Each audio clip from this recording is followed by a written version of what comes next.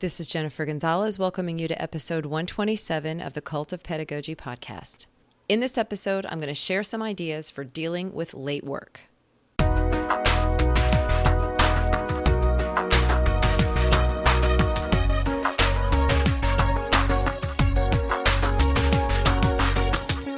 Most of my 9-week grading periods ended the same way. Me and one or two students sitting in my quiet, empty classroom together, with me sitting at the computer, the students nearby in desks, methodically working through piles of makeup assignments. They would be focused, more focused than I had seen them in months, and the speed with which they got through the piles was stunning. As they finished each assignment, I took it, checked it for accuracy, and then entered their scores, taking 50% off for being late, into my grading program.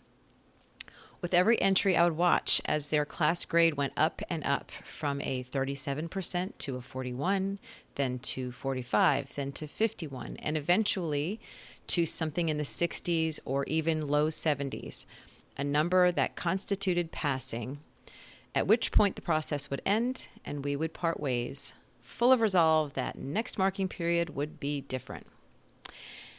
And the whole time I thought to myself, this is pointless. They aren't learning anything at all. But I wasn't sure what else to do. For as long as teachers have assigned tasks in exchange for grades, late work has been a problem. What do we do when a student turns in work late?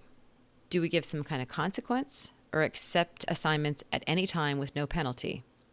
Do we set up some kind of system that keeps students motivated while still holding them accountable? Is there a way to manage all of this without driving ourselves crazy? To find answers, I went to Twitter and asked teachers to share what works for them. And if you come over to the site and click podcast and go to episode 127, there is a link to that original tweet so you can read all the responses. In this episode, I am going to give you a summary of those responses. I wish I could give individual credit to each person who offered ideas, but that would take way too long, and I really want you to get these suggestions now. If you have been unsatisfied with your own approach to late work, you should find some fresh ideas here. Before we get started, I'd like to thank Microsoft for sponsoring this episode. Microsoft Teams for Education is a digital hub bringing assignments, conversations, and content all together in one place. Plan, share, and connect with students, staff, and fellow teachers across your school. Whether you're grading and providing feedback to your student's history project or sharing your next big idea for a lesson with your department, Teams for Education can help you and your school achieve even more. Teams for Education, making classrooms collaborative and saving time for teaching. Visit Microsoft.com/education to learn more. Support also comes from Learner's Edge, the leading provider in continuing education and professional development for educators. They offer affordable online continuing education graduate credit courses that have helped over 100,000 teachers meet their license renewal and salary advancement goals. When you complete a Learner's Edge online course, you'll get graduate credit from your choice of their accredited university partners. Countless teachers have applied what they learned in their Learner's Edge course to their classroom immediately, helping themselves and their students succeed. Best of all, you never have to step foot in a classroom for a Learner's Edge course because they're self-paced. You work on your course whenever and wherever you'd like, even at home in your PJs. When you're looking for professional development or continuing education, you can't go wrong with Learner's Edge. To get started, text LEARNERS to 33777 and get your promo code for 15% off of a course. The Cult of Pedagogy podcast is part of the Education Podcast Network. The EPN family is the home of dozens of different podcasts, and each one is focused on education. Check out all of our shows at edupodcastnetwork.com. Now, let's tackle the problem of late work. Before we get into the ways teachers manage late work, we're going to back up a bit and consider whether your overall program of assignments and grading is in a healthy place. So here are 4 questions I want you to think about.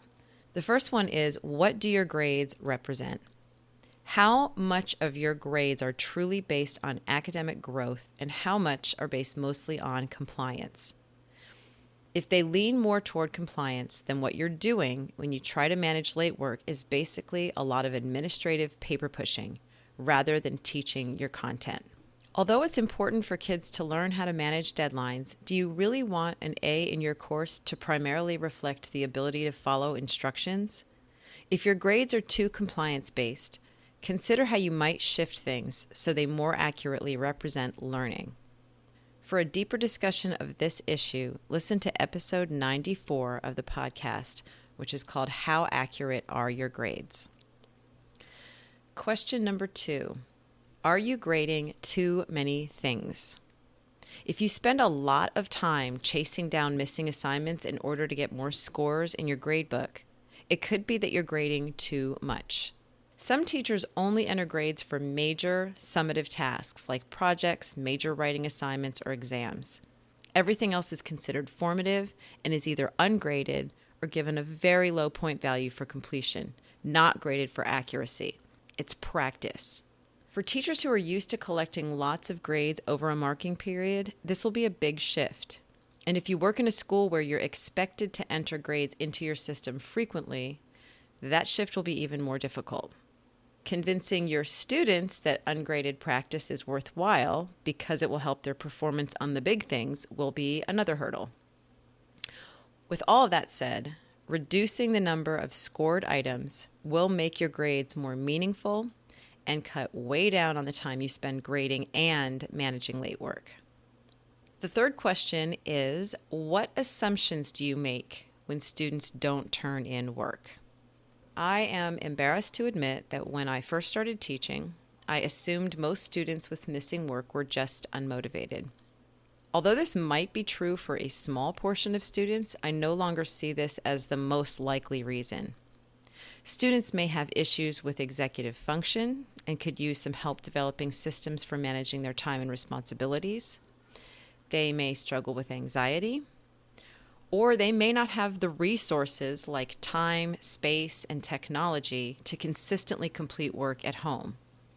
More attention has been paid lately to the fact that homework is an equity issue, and our policies around homework should reflect an understanding that all students don't have access to the same resources once they leave school for the day. Punitive policies that are meant to motivate students don't take any of these other issues into consideration. So if your late work penalties don't seem to be working, it's likely that the root cause is something other than a lack of motivation. The fourth question is, what kind of grading system is realistic for you? Any system you put in place requires you to stay on top of grading. It would be much harder to assign penalties, send home reminders, or track lateness if you are behind on marking papers by a week, 2 weeks, even a month. So whatever you do, create a plan that you can actually keep up with. So once you've considered those, here are some of the solutions that people offered on Twitter. And I've got 8 different sort of categories of possible solutions. You can mix and match these and try different things out until you figure out what works for you. So the first category are penalties. Many teachers give some sort of penalty to students for late work. The thinking behind this is that without some sort of negative consequence, too many students would wait until the end of the marking period to turn work in, or in some cases not turn it in at all. When work is turned in weeks or even months late, it can lose its value as a learning opportunity because it's no longer aligned with what's happening in class. On top of that, teachers can end up with massive piles of assignments to grade in the last few days of a marking period. This is very familiar to me. This not only places a heavy burden on teachers, it is far from an ideal condition for giving students the good quality feedback they should be getting on these assignments. Now, there are several types of penalties that are most common. Probably the most common is point deductions. In many cases, teachers simply reduce the grade as a result of the lateness. Some teachers will take off a certain number of points per day until they reach a cutoff date, after which the work will no longer be accepted. One teacher who responded said he takes off 10% when the work is up to 3 days late, and then that number jumps to 30% for work that is turned in up to a week late. He says that most students turn their work in before the first 3 days are over, and so That seems like an interesting system. Other teachers have a standard amount that comes off for any late work, like 10%, for example, regardless of when it's turned in. This kind of policy still rewards students for on-time work without completely demotivating those who are late. It also builds in some accountability for lateness, and it prevents the teacher from having to do a lot of mathematical juggling with a more complex system. So point deductions are one kind of penalty. Another is a parent contact. This is where some teachers are keeping track of late work and they contact parents if it's not turned in. This treats the late work as more of a conduct issue. The parent contact may be in addition to or instead of taking points away. And then another kind of penalty for turning work in late is no feedback and no redos. And I heard this from kind of a lot of teachers. So the real value of homework and other smaller assignments should be the opportunity for feedback. Students do an assignment, they get timely teacher feedback, and then they use that feedback to improve. In many cases, teachers allow students to redo and resubmit assignments based on that feedback. So, a logical consequence of late work could be the loss of that opportunity. Several teachers mentioned that their policy is to accept late work for full credit, but only students who submit work on time will receive feedback or the chance to redo it for a higher grade. Those who hand in late work must accept whatever score they get the first time around. So those are a couple of different types of penalties that teachers give. That's one solution to late work. A second solution is giving a separate grade for work habits. In a lot of schools, especially those that use standards-based grading, a student's grade on an assignment is a pure representation of their academic mastery. It does not reflect compliance in any way. So in these classrooms, if a student turns in good work, it's going to get a good grade even if it's handed in a month late. But students still need to learn how to manage their time. For that reason, many schools assign a separate grade for work habits. This might measure factors like adherence to deadlines, neatness, and following non-academic guidelines like font sizes or using the correct heading on a paper. Now, although most teachers whose schools use this type of system will admit that students and parents don't take the work habits grade as seriously as the academic one, they do report being satisfied that student grades only reflect mastery of the content.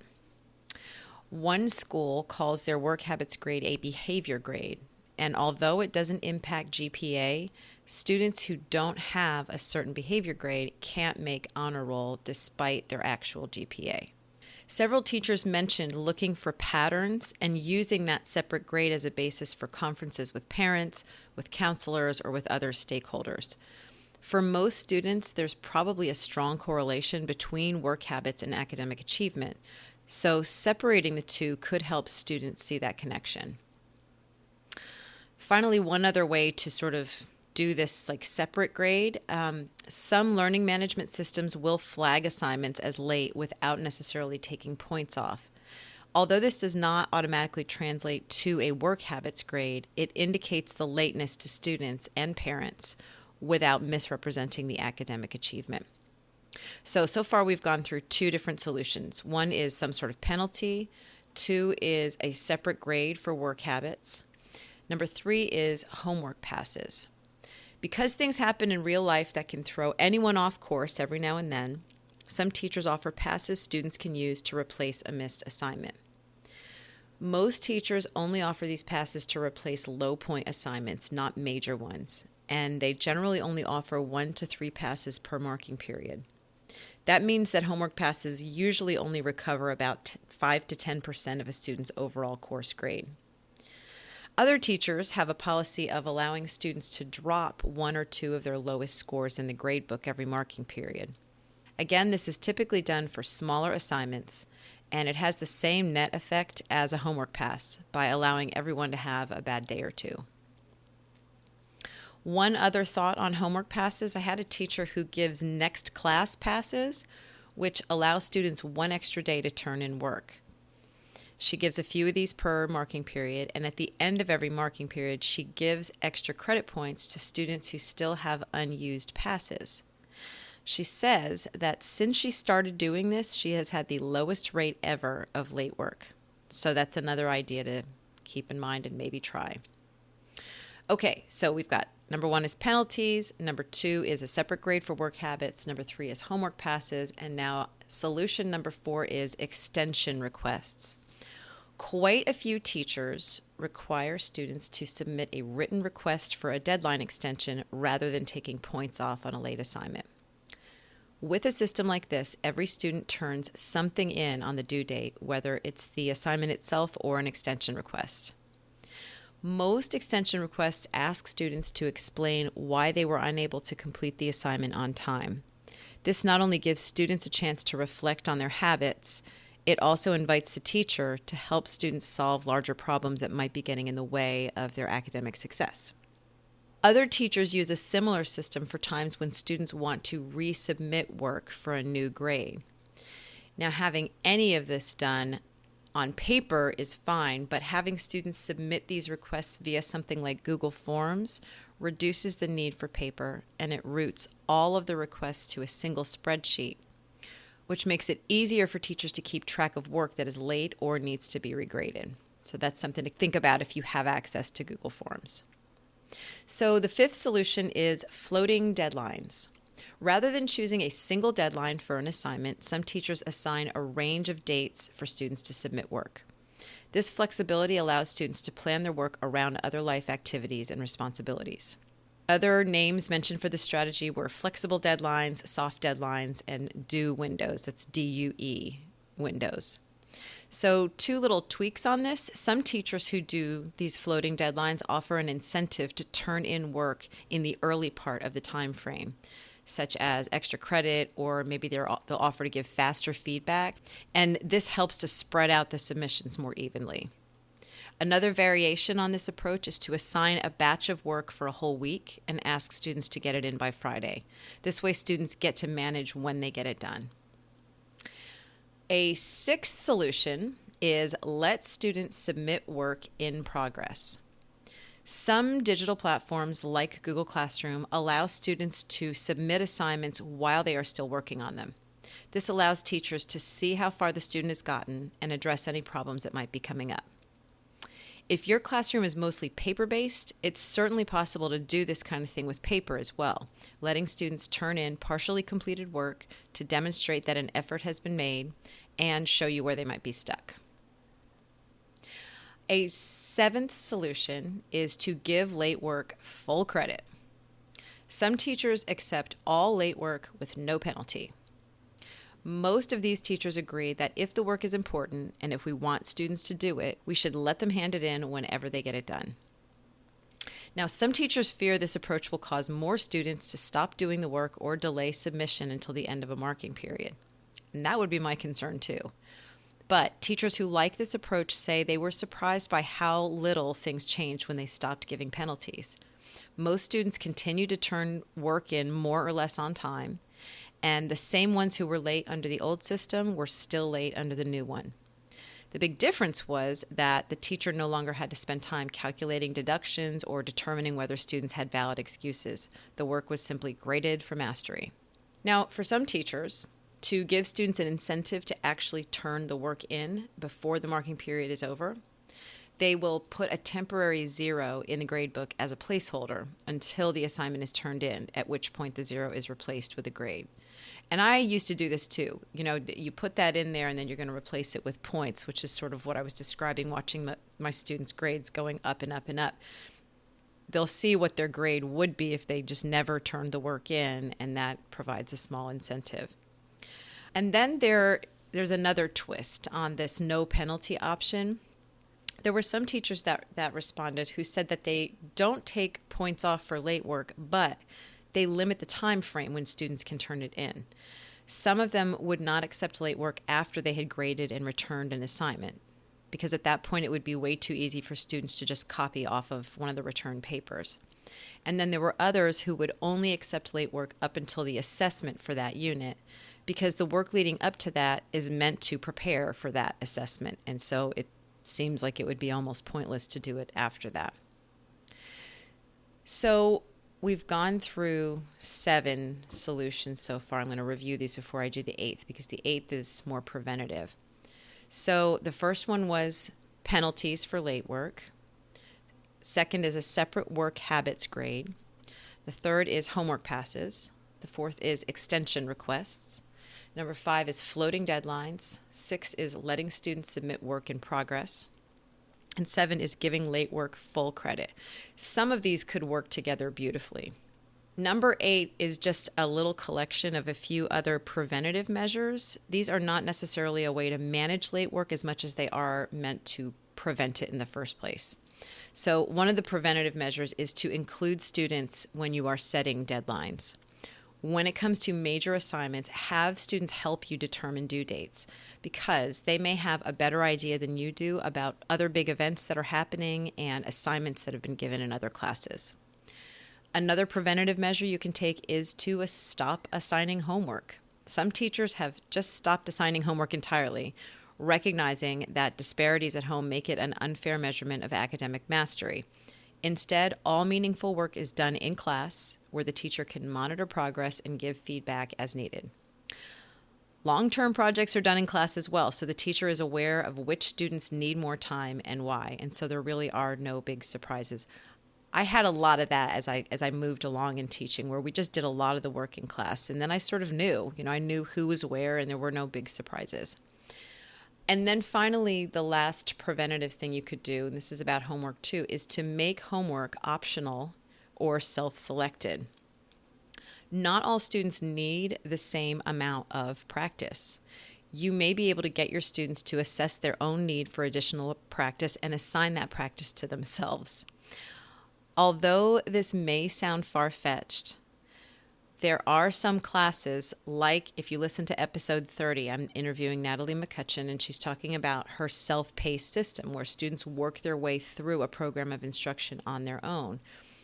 In cases like that, it actually works because students know they'll be graded on a final assessment, so they get good at determining when they need extra practice and when they don't. And if they guess wrong and don't give themselves an appropriate amount of practice, then they end up doing poorly on the assessment. So they learn pretty quickly when they have to sort of give themselves homework and other kinds of work.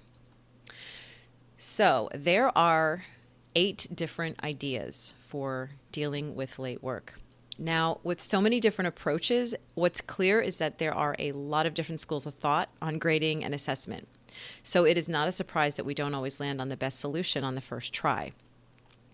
You should experiment with different systems, talk to your colleagues, and be willing to try something new until you find what works for you. Now, to go even deeper on these topics, I have a couple of book recommendations, and I've got links to them over on the blog post. Just go to cultofpedagogy.com, click on podcast, and go to episode 127. The books are, one of them that is called On Your Mark by Thomas Guskey.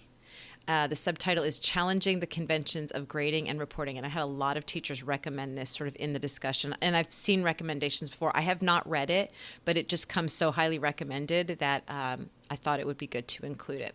Another one is called Hacking Assessment, 10 Ways to Go Gradeless in a Traditional Grade School. And this is by Star Sackstein.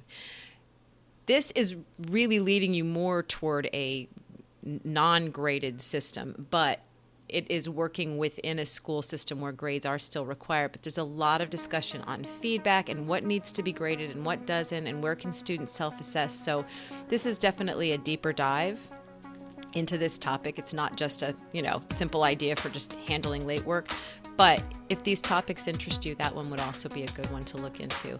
And then I've also added my own free ebook, which is called 20 Ways to Cut Your Grading Time in Half. And this is something that I give away for free for people that sign up for my mailing list. And it's just 20 different ideas for making your grading just more efficient. So, for links to all the resources mentioned in this episode, visit cultofpedagogy.com, click podcast, and choose episode 127. To get a weekly email from me about my newest blog posts, podcast episodes, and products, sign up for my mailing list at cultofpedagogy.com/subscribe. Thank you so much for listening, and have a great day.